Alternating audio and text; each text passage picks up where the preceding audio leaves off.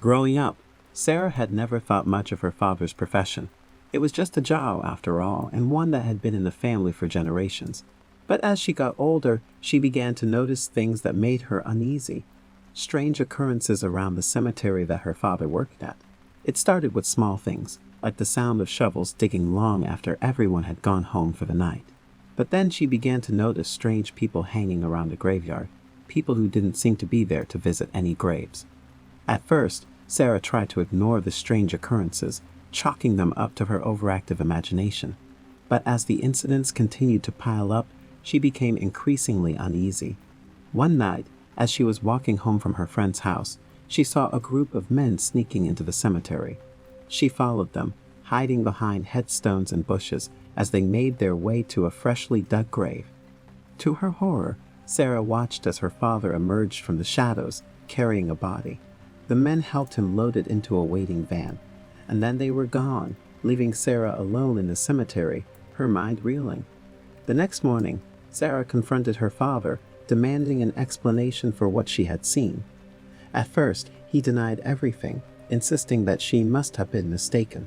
But when Sarah refused to let the matter drop, he finally confessed.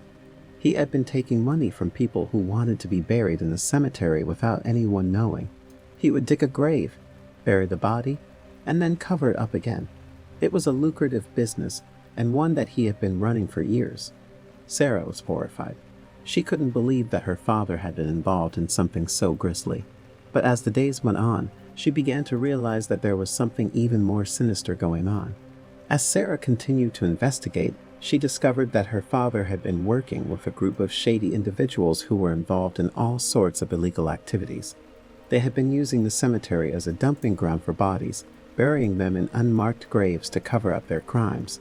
Sarah couldn't believe what she was hearing. Her father, the man she had always looked up to, was involved in something so dark and twisted. She didn't know what to do or who to turn to. But then one night, as she was walking home from work, she was attacked. A group of men jumped her from behind, dragging her into the cemetery. Sarah fought back with all her might, but she was outnumbered and outmatched. Just when she thought all was lost, a stranger appeared out of nowhere, taking down her attackers with surprising ease. He was tall and muscular, with piercing blue eyes and a chiseled jawline. He introduced himself as a private investigator, hired to look into the illegal activities that had been taking place at the cemetery. Sarah was relieved to know that she wasn't alone in this fight. With the help of the investigator, they began to gather evidence against her father and his accomplices. It wasn't long before they had enough to bring them all to justice. In the end, Sarah's father was sentenced to life in prison for his involvement in the illegal burial business. Sarah was left to pick up the pieces of her shattered life, but she knew that she had done the right thing by exposing the truth. However, as she walked through the cemetery on her way home from work one day, Sarah couldn't shake the feeling that something was still not quite right. She looked around at the headstones, wondering how many other secrets were buried beneath them. That's when she saw something that made her blood run cold, a freshly dug grave with no name on the headstone. Sarah knew that she couldn't ignore it. She had to investigate, no matter how dangerous it might be. Sarah's heart was pounding in her chest as she approached the freshly dug grave. She knew she was taking a huge risk, but she couldn't let it go. She had to know what was buried beneath that soil. With shaking hands, she started to dig. The soil was soft and damp, making it easy to shovel. As she dug deeper, she began to feel sick to her stomach. This was wrong. She shouldn't be doing this, but she couldn't stop. Finally, her shovel hit something hard. Sarah froze, staring down at the object in horror. It was a wooden coffin, the lid still nailed shut. She hesitated for a moment, wondering if she should go back to the investigator and call the police. But then she heard a sound that made her blood run cold. It was a low guttural moan coming from inside the coffin. Sarah's heart was pounding as she pried the lid off the coffin. Inside, she saw a figure lying there, wrapped in a shroud. It was a woman, her face twisted in agony. Sarah reached out to touch her, but then the woman's eyes snapped open, and she sat up, grabbing Sarah by the throat. Sarah screamed, struggling to break free, but the woman's grip was like iron. She could feel her strength ebbing away as the woman's cold, dead fingers closed around her throat. Just when she thought it was all over, the investigator appeared out of nowhere, pulling the woman off of her. He had a gun in his hand, and he pointed it at the woman, who was still struggling to get free. With a quick squeeze of the trigger, the woman fell back into the coffin, her eyes wide open and lifeless once more. The investigator helped Sarah to her feet, his expression grim. "That was close," he said, his voice low. "You shouldn't have come here alone. It's not safe." Sarah nodded, too shaken to speak. She knew he was right. She had taken a huge risk, and it had almost cost her her life. But now she knew the truth. The cemetery was a place of secrets, a place where the dead refused to rest. As she walked away, her heart heavy with the weight of what she had seen, Sarah knew that she would never forget the horrors that lay beneath the soil. She would always remember the gravedigger's daughter and the price she had paid for uncovering the truth. Once upon a time, there was a young man named Jack who had been struggling to find a job for months. One day, he saw a job opening for a security guard position at a large cemetery. Although it seemed like an unusual job, Jack was desperate for money and decided to apply. After a brief interview, Jack was offered the job, and he began his training. His supervisor, an older man named Frank, showed him around the cemetery and explained his duties: to walk around the graveyard all night, ensuring that everything was secure and reporting any suspicious activity to the police. On his first night, Jack felt nervous as he entered the cemetery. It was a large and old graveyard, with many headstones and monuments dating back over a century. As he walked through the rows of graves, he felt a sense of unease. The silence was eerie, and the darkness seemed to swallow him up. But he tried to shake it off, reminding himself that he was just there to do a job. Several hours into his shift, Jack noticed something strange. One of the headstones had been moved, and the dirt around it looked disturbed. He radioed Frank to report it, but there was no response. He tried several more times, but there was no answer. As he investigated further, Jack found more and more graves that had been disturbed. Some had been dug up, and others had their headstones removed. He was beginning to feel more and more uneasy, as if he was not alone in the graveyard. Suddenly, he heard a sound behind him. He spun around, but there was nothing there. He heard it again, and this time he saw a figure in the shadows. It was a man dressed in black, with a hood over his head. Jack called out to him, but the man ran away, disappearing into the darkness. Jack was now deeply disturbed. He couldn't reach Frank on the radio, and he knew that he was alone in the graveyard with whoever was responsible for the grave robberies. He realized that the previous guards must have quit because of the danger they faced. As the night wore on, Jack continued to patrol the graveyard, searching for the intruder. He found evidence of a campsite hidden among the graves, with food wrappers and other debris scattered about. It seemed like the intruder was living in the cemetery, and Jack knew that he had to catch him. Just as he was about to call the police, Jack heard a sound behind him. He turned to see the hooded figure standing there, holding a shovel. Jack froze, knowing that he was in grave danger. The figure approached him slowly, menacingly, and Jack knew that he was about to be attacked. Suddenly, the figure stopped and turned away. Jack heard a loud noise, and when he looked back, he saw that the intruder had fallen into an open grave. He had been digging a new one and had forgotten to cover it up. Jack quickly radioed for the police, and they arrived within minutes. They apprehended the intruder, who was a man with a history of mental illness. He had been living in the cemetery for months, digging up graves and stealing valuables from the corpses. He was taken away, and Jack was hailed as a hero for catching him. But even though the intruder was caught, Jack knew that the experience had left a mark on him. He would never forget the feeling of being alone in the graveyard, with an unknown danger lurking in the shadows. He resigned from the job, unable to shake the memories of that night. The cemetery had become a place of terror for him, a reminder that there are some things that are best left undisturbed. Over the next few weeks, Jack tried to put the experience behind him. He went back to job hunting and eventually found a new job that was much less dangerous. But no matter where he went, he couldn't escape the memories of the cemetery. One night, while he was at home, Jack received a phone call. It was the police, and they told him that they had found something strange in the cemetery. They had been investigating the intruder's campsite and had discovered a hidden room beneath one of the headstones. Inside the room, they found a collection of disturbing items. There were human bones, preserved in jars, as well as books on the occult and other strange objects. The police were baffled by what they had found, and they asked Jack if he had any idea what it could mean. As Jack listened to the police officer's words, he felt a chill run down his spine. He couldn't believe that there was even more to the cemetery than he had thought. He wondered who the person behind the hidden room was and what they had been doing with the bones. Despite his fear, Jack knew that he had to investigate further. He couldn't let the secrets of the cemetery go undiscovered. So he returned to the graveyard, determined to uncover the truth. As he walked through the rows of headstones, Jack felt a sense of dread wash over him. He knew that he was in danger, but he also knew that he couldn't turn back now. He had to see what was in the hidden room.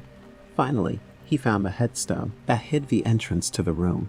It was a large, ornate monument that looked like it had been there for centuries. Jack pushed on it, and it swung open easily, revealing a dark staircase leading down. Jack descended the stairs, his heart racing with fear. He had no idea what he was going to find down there. When he reached the bottom, he saw that the room was filled with strange symbols and candles. There were books and scrolls scattered about, as well as bones and other unidentifiable objects. Suddenly, Jack heard a sound behind him. He spun around, but there was no one there. He heard it again, and this time he saw movement in the shadows. He called out, but there was no response. As he stepped forward, Jack heard a voice whispering in his ear. It was a cold, terrifying voice, and it told him to leave the cemetery and never return. Jack tried to run, but his legs wouldn't move. The voice grew louder, and Jack knew that he was in grave danger. Suddenly, the candles went out, plunging the room into darkness. Jack felt something cold and clammy wrap around his neck, choking him. He struggled to break free, but it was no use. The grip tightened, and Jack felt his vision start to fade. Just when he thought it was over, Jack heard a sound from above. It was the police coming to investigate the cemetery. They rushed down the stairs and found Jack lying on the ground, gasping for breath. As he looked up, Jack saw a figure disappearing into the shadows. It was the same hooded man that he had seen on his first night at the cemetery. He realized that the man had been behind everything, from the grave robberies to the hidden room. He had been using the cemetery as a place to practice his dark magic, and Jack had stumbled upon his secret. Despite the danger, Jack was determined to get to the bottom of what was happening in the cemetery. He knew that the hooded man was the key to unraveling the mystery, and he was not going to give up until he had uncovered the truth. Over the next few weeks, Jack conducted his own investigation, using every resource at his disposal. He scoured old newspaper articles, interviewed people who had worked in the cemetery, and even reached out to paranormal investigators. Slowly but surely, he began to piece together the story of the hooded man. As it turned out, the hooded man had been practicing dark magic in the cemetery for decades. He had been using the bones of the dead to conduct his rituals, and he had built the hidden room as a sanctuary for his nefarious activities. The previous security guards had all quit because they had stumbled upon the hooded man's activities, and they had been too afraid to report it to the police. But Jack was different. He was not going to let the hooded man get away with his crimes. One night, Jack returned to the cemetery, armed with a flashlight and a crowbar. He had found the entrance to the hidden room again, and he was determined to confront the hooded man. As he descended the stairs, he felt a sense of unease. He knew that the hooded man was dangerous, but he was not going to back down. When he reached the bottom, he saw that the hooded man was already there, waiting for him. The man was taller than Jack had expected, with long, bony fingers and piercing eyes. He was surrounded by candles, and his face was obscured by the hood. Jack stepped forward, holding the crowbar tightly. He demanded to know what the hooded man was doing in the cemetery and why he was using the bones of the dead in his rituals. The hooded man simply laughed, his voice cold and cruel. He told Jack that he was a fool to think that he could stop him, and that he would pay dearly for his intrusion. He raised his hands, and Jack saw that he was holding a knife, its blade glinting in the candlelight. Jack lunged forward, swinging the crowbar with all his might. The hooded man dodged the blow, and the crowbar clanged against the wall. The hooded man responded with a swift strike of his knife, and Jack felt a searing pain in his arm. Despite his injury, Jack kept fighting. He knew that he was in grave danger, but he also knew that he had to stop the hooded man. They circled each other, Jack swinging the crowbar and the hooded man wielding his knife. Finally, Jack saw an opening. The hooded man had left himself vulnerable, and Jack swung the crowbar with all his might. The blow landed squarely on the hooded man's head, and he crumpled to the ground. Jack called the police, and they arrived within minutes. They arrested the hooded man, and Jack was hailed as a hero for stopping him. But as Jack looked around the hidden room, he couldn't help but feel a sense of unease. He had uncovered the secrets of the cemetery, but he knew that he had also uncovered something much darker. The hooded man's practices were not just strange and unusual, but also deeply disturbing. Jack wondered if he would ever be able to forget what he had seen in the cemetery. It was a typical Saturday night for a group of teenagers in the small town of Millfield. They were looking for something to do to pass the time, and they settled on the idea of sneaking into the local cemetery to cause some mischief. The cemetery was old and had a spooky reputation, but that only added to the thrill for the group. They arrived at the cemetery just before midnight, dressed in dark clothing and carrying flashlights.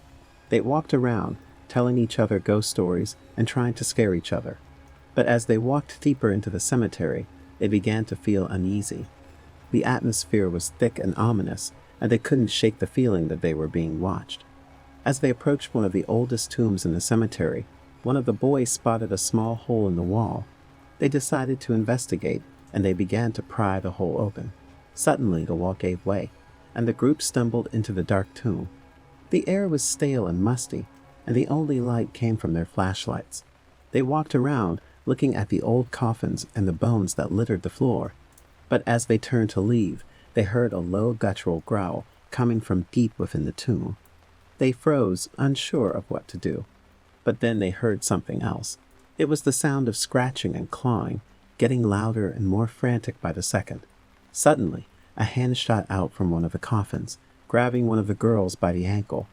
She screamed in terror, and the rest of the group ran for the exit. But as they ran, they could hear the sound of shuffling footsteps and heavy breathing getting closer and closer. They burst out of the tomb and into the moonlit cemetery, gasping for breath. But when they turned around, they saw something that made their blood run cold. The creature that had been chasing them was now standing in front of them, its eyes glowing in the darkness. It was a grotesque creature, with matted fur and razor-sharp claws. It towered over them, snarling and drooling. The group was frozen with fear, unable to move as the creature closed in on them. And then, just as the creature was about to strike, a loud gunshot echoed through the cemetery. The creature fell to the ground, writhing in pain. The group looked up to see a figure in the distance, holding a smoking gun. The group couldn't believe what they had just witnessed. The creature, which had been chasing them just moments before, was now lying on the ground, motionless. They turned to look at the figure in the distance, but it was too dark to make out any details. Slowly, they approached the figure, their hearts pounding in their chests. As they got closer, they could see that it was an elderly man, wearing a long coat and a hat. "Are you okay?"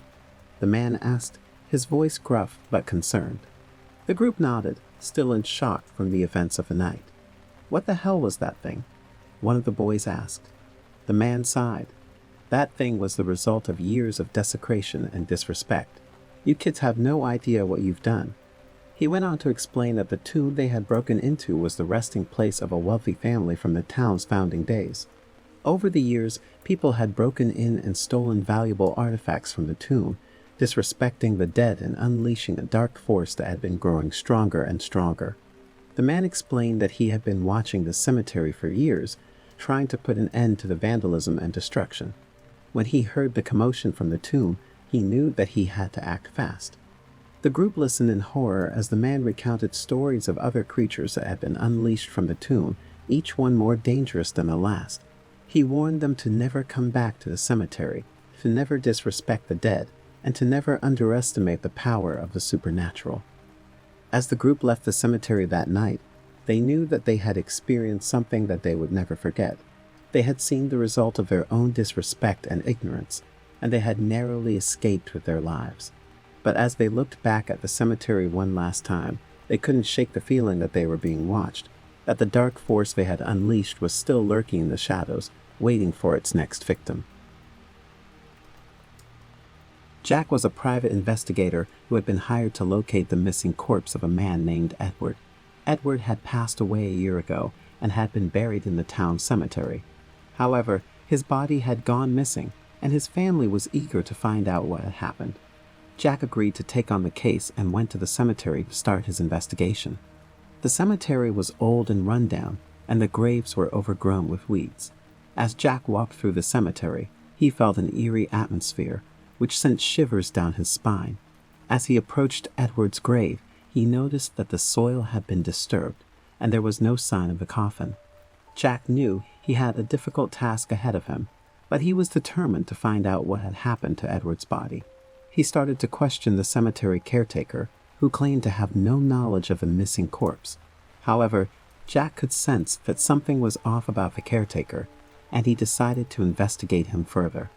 As Jack delved deeper into the investigation, he discovered that the caretaker was not who he seemed. He had a dark past and was involved in several illegal activities. Jack realized that the caretaker was playing a deadly game with him and was trying to eliminate him. Despite the danger, Jack continued with his investigation, determined to uncover the truth.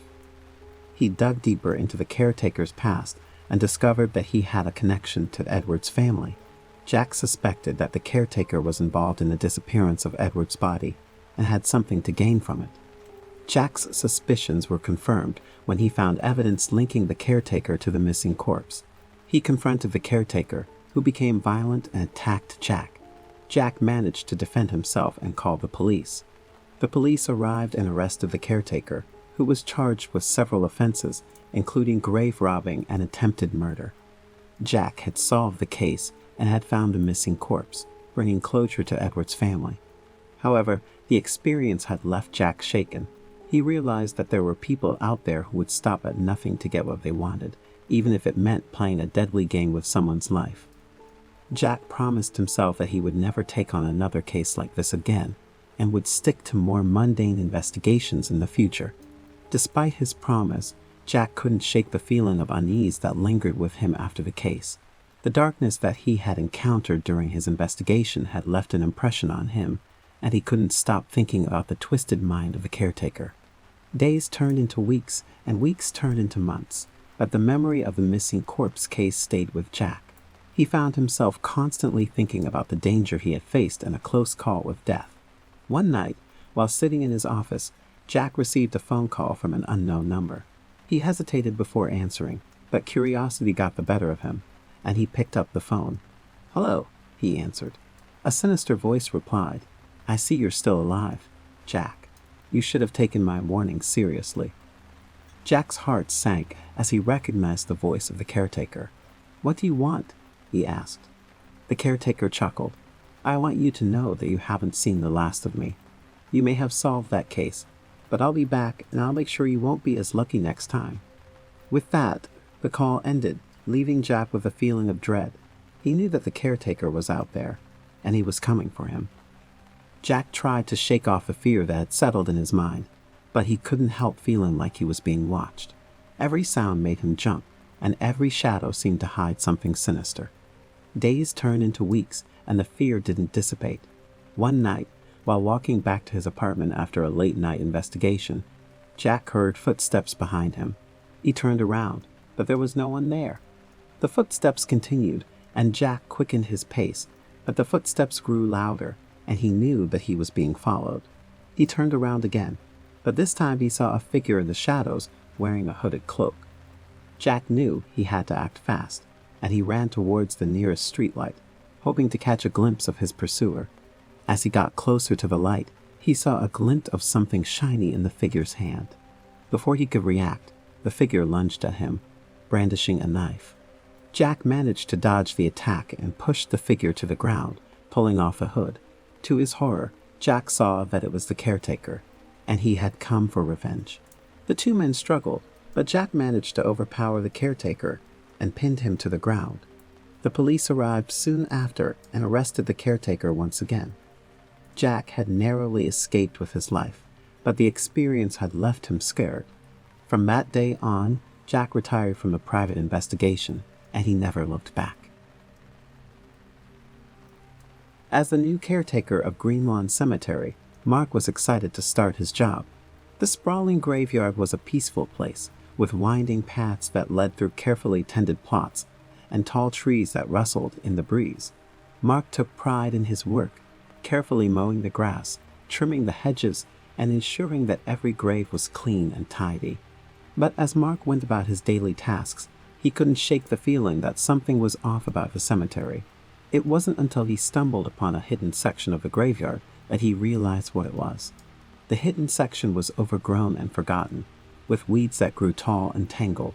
Mark had to push his way through the underbrush, hacking at the vines and branches with his shears.